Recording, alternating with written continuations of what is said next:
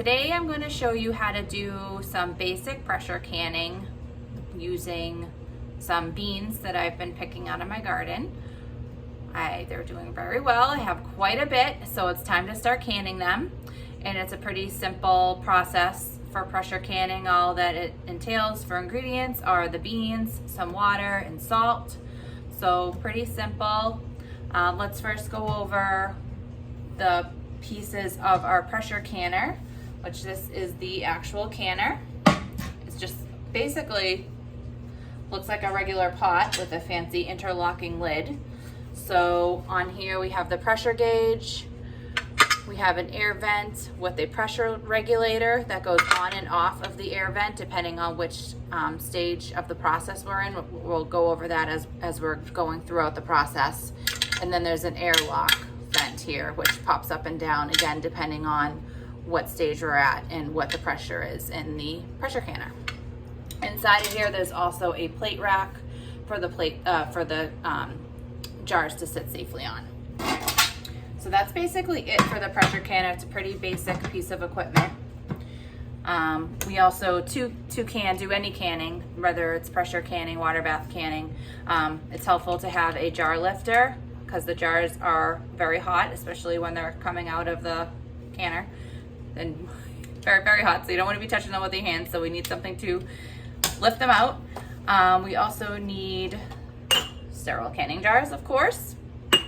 We need the lids, and then the bands to secure the lids while they're processing. Also a funnel to help with filling to avoid excessive spillage.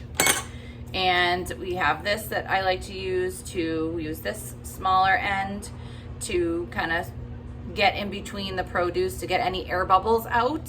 And then we can measure the headspace with the top. These little steps have individual measurements on them, and you place it here on the jar, and you can read to where your filling is to see what amount of headspace you have. And every canning recipe, whether it's pressure canning, water bath canning, will have a recommended amount of headspace, so you can check it with this. Once you're doing it for a while, you can kind of look at the jar and pretty accurately know where your headspace is at, but it's always nice just to spot check, especially if you're doing it for the first time for the season or whatever, or if you're new. Takes 2 seconds. So, and that's basically all the equipment that we're gonna need, besides like a ladle, but that's all that we need for the actual canning process. So what I'm doing here with my green beans to prepare them to be canned is I am just picking off the end that grew out of the plant. You can leave this other end here if you want. If you don't want it there, you can take it off too. So just going through, looking at all of them, making sure there's no, yucky ones that I wouldn't want to process.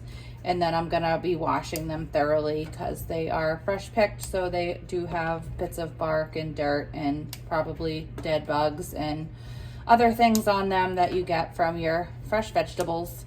So just gonna go through all of these. I do also have these different kind of beans. They're called dragon tongue. They're basically like a wax bean.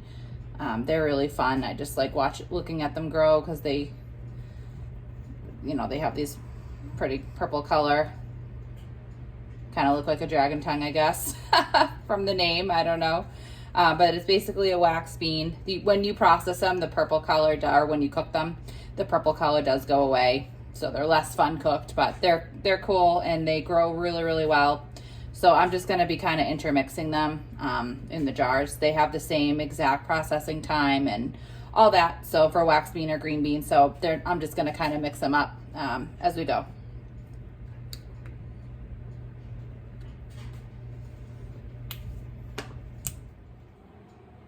Okay, so what's happening now is I have my cleaned green beans here.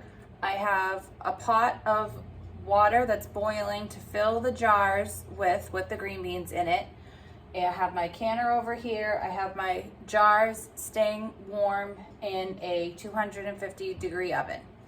I am now going to take 3 quarts of hot water and pour it into the pressure canner while it's empty. Now that's the instructions for my particular model of pressure canner. There is a minimal fill line, which that goes right up to that line in the pressure canner. But if you have a different model, it might be a different amount of water. So I would just refer to your directions just for the minimum amounts.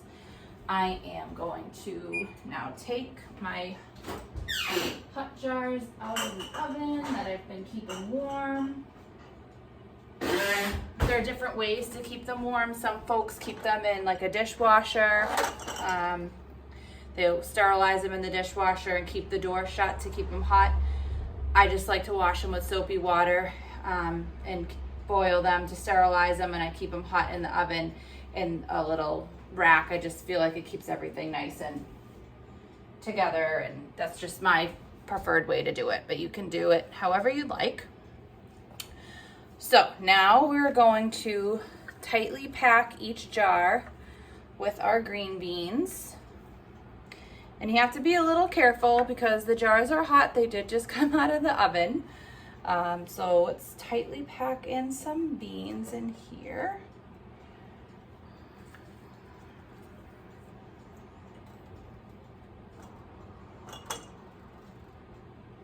You don't want them too tight that they're like all getting mashed and bruised, but you want to make the most out of your space in here. You don't want it to be just all liquid.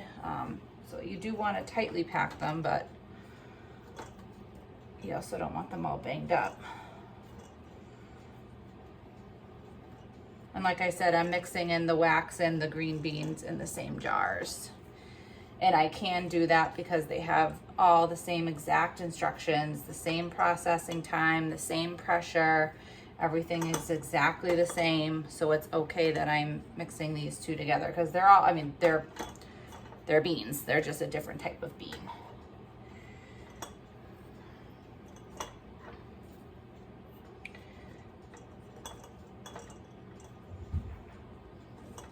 All right, I think that one is pretty good.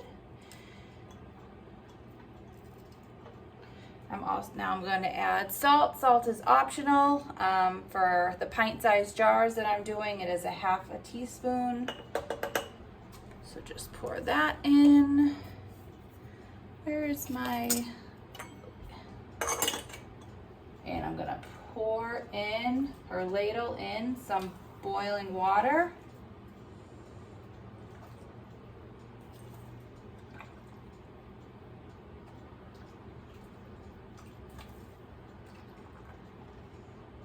I'm not being super careful, I'm spilling, but it's just water, so it's okay.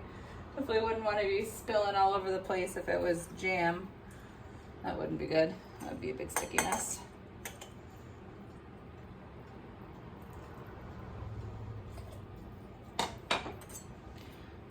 And it says to leave an inch of headspace, so you're going to line up on these little steps. You're going to line it to the inch mark.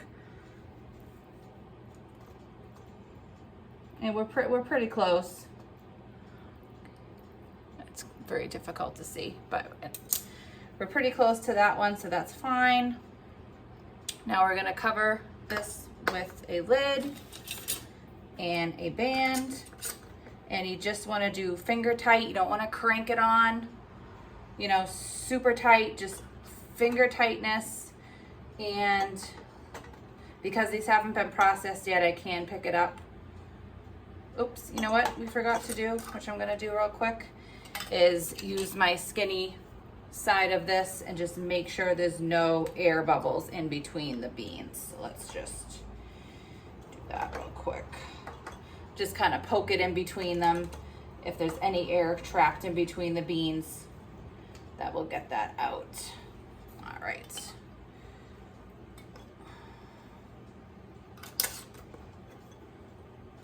So now we're gonna take this nice packed jar and I'm gonna place it right away in the pressure canner, and we're just gonna go ahead and continue. You do wanna be, you know, fairly quick with it because you don't want the jars to completely cool off, and you know, it's not a mad dash, but you don't, you know, I wouldn't take a break and switch over the laundry or anything in between. So we're just gonna keep plugging along and get all these jars filled. And then we'll move on to the next step. All right, so I am getting ready to fill my last jar, or I am filling my last jar. Jars have cooled down a bit. Been trying to go fast, but they have cooled down a bit. So this green bean is a little too tall. I'm just gonna snap it. It's sticking up over the rim. We don't want that because we do need the 1 inch of the head space like we said earlier. Get this out of the way now.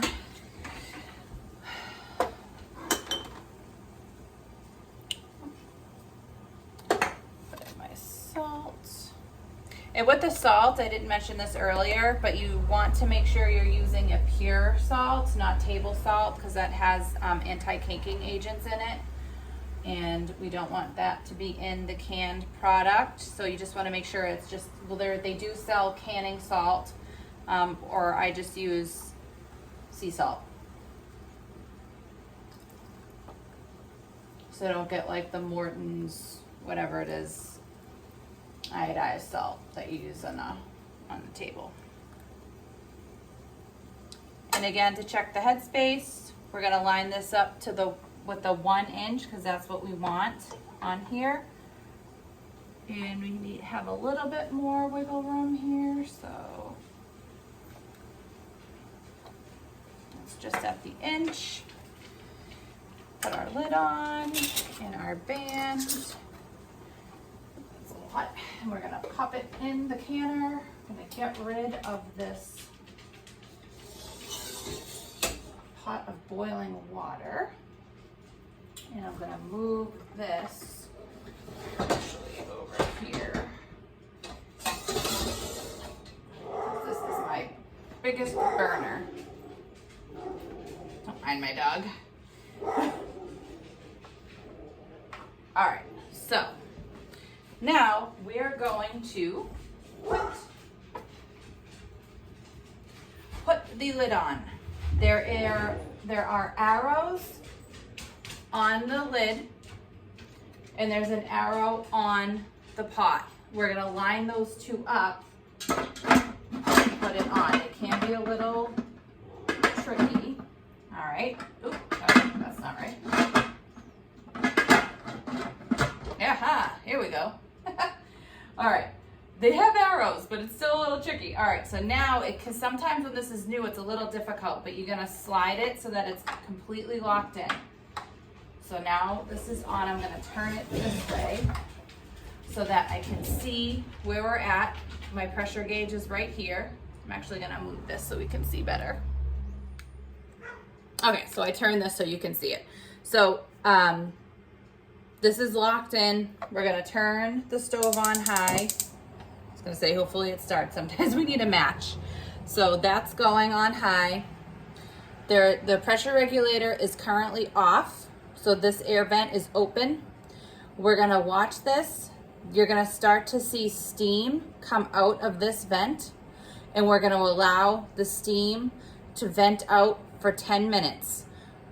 Once we see the steady stream of steam for 10 minutes, we are going to put the pressure regulator on that vent, and that is going to cause it to start to build pressure. Oh, I couldn't find my... So 10 minutes of steam, put the pressure regulator on, and then you'll start to see this dial climb. For each, depending on what you're making for a product, there is a different recommended pressure that you'll see on here. Let me just verify for the green beans because I don't have it all memorized. So for the green beans that we're doing, we want to process at 11 pounds of pressure. So there's a 10, so we want to go one line up to the 11 for 20 minutes for the pint size jars that we're using. The 20 minutes starts once we get up to the 11. So once we get it up to the 11, we'll start the timer for 20 minutes. If for some reason the pressure dipped down too low in that time, we would have to start the clock over. And it can be a little bit of balance.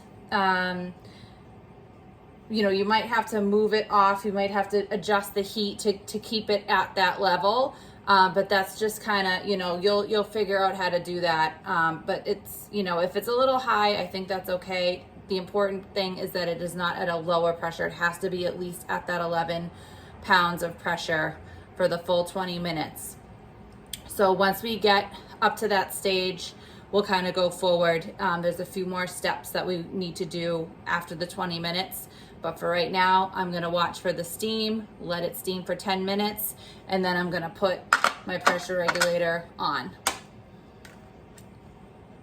So this has been steaming for 10 minutes. So now I'm gonna go ahead and take the pressure regulator and put it on the vent.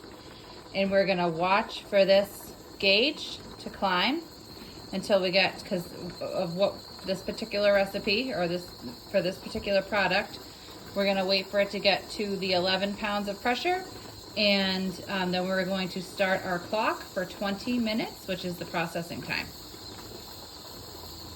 It's already starting to climb. And this other lock has now popped up, indicating that there's pressure in the pressure cooker. So once we get there, I'll start my timer for 20 minutes, and then I will show you what to do at that time. So my 20 minutes is up. I am now going to move this. I turned off the burner. I'm gonna move it off the heat completely. Now it's kind of an exercise in patience. We have to wait for this to get all the way down to 0 on its own accord without aiding it in any kind of way. And then we can take the pressure regulator off. So it does take longer than you would think. And now at this stage, you just want to see what's going on inside. But we need to wait till it's safe. So we're gonna let this drop down all the way till it's to 0. Can't really quite see. This valve also is popped. Oh, you can't see it. So that also should be dropped down. Once this gets to 0 and this is no longer popped up, then we can take this off. And so we will check back when we are at that time. Okay, so the pressure is down to 0. Our little guy is back down, no longer popped. So now we can take the pressure regulator off, and we're gonna let this continue to cool for 10 minutes, and then we can finally take the cover off and see what we have inside. All right, so we have the moment of truth here. So the 10 minutes has elapsed. I can open the cover. So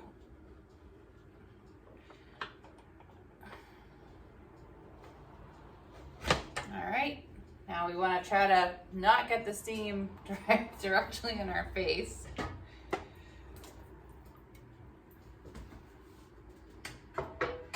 That down. And we see our jars in here, and we can take them out. This is when we want to use the jar lifter. Here we are. And I have just a tea towel down to put them on. It's not going all hot directly onto the counter. You can see there is a line from where the water level was. That's kind of normal. And you can see those dragon tongue, they just turned the yellow. The purple's all gone.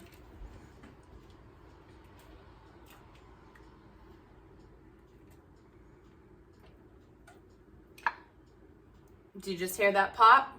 I don't know if you could hear that, but that's the sound you want to hear. That is the sound of the jar sealing. Doesn't always happen instantly like that. Sometimes it takes a little bit. If they're not all sealed, definitely, by the morning, then it's not gonna seal. You can try to reprocess them, but I would just put it in the fridge or just, use that jar right away. the bands did loosen up during the processing process. You don't need so this is kind of a controversial topic, I guess, if you want to store jars with the bands on or without. I kind of do both. From what I understand, there's no scientific evidence saying that you should or should not do one or the other. If you're running out of bands, take them off and, use them, because you don't need the bands on now that the jars, I wouldn't take them off now. You want to wait till they're all cool and everything, but tomorrow morning, or once the jars are all cool, you can take the bands off and reuse them again and again. They don't need to be on there now that they're sealed correctly. That is enough to keep the lid on. You don't need to store them with the bands on. And I keep hearing some pops. It looks like all of these have sealed, which is wonderful. You would be able to tell if it wasn't sealed when you press on it. It will be springy. It'll bounce up and down. Right now it's solidly down on the jar. There's no play in the lid on the jar. Also, I wouldn't do this right now. Again, wait until they're completely cool. I would just not mess around with them at all. Just leave them here to cool until the morning. But you should be able to pick up the jar by the lid. That's how good your seal should be, to know that it's really sealed correctly, to have a good shelf life. So now we will enjoy these green beans. And I'll have more to process. And if you did enjoy this and you want to see more kind of videos like this, let me know. I will be making blueberry jam within the next, probably this weekend. I'll be making blueberry jam. So I will film that as well. That is done with a water bath canner. So that is even less complicated than this, although this wasn't that bad. It's a little intimidating, I feel like, especially the first time, because there's a lot of steps. And it can be kind of scary with the pressure canner. Like, oh, am I going to explode something, whatever. But it's just a lot of steps, but it's really a simple process. I still need to refer to my instruction manual, just especially at the beginning of the season, because I don't really do a lot of canning over the winter, just as a refresher. And I'll be pressure canning corn a little later once that season's real in full swing. That's another big thing that I pressure can. So maybe I'll show that process as well. It's pretty similar. But yeah, let me know if you enjoyed this. And if you have questions, let me know. I know it wasn't, I made it, this is the first time I've ever done something like this. So if you have suggestions or whatever for the future, just let me know. Also, I should have made a disclaimer at the beginning, but I am very decrepit today. I wasn't actually planning on doing this, so I kind of spontaneously did it and started watching the videos and was like, oh my, this is what I look like. But this is it here. This is it, people. I had a lot of green beans. I really wanted to get it done. So yeah, thanks for watching.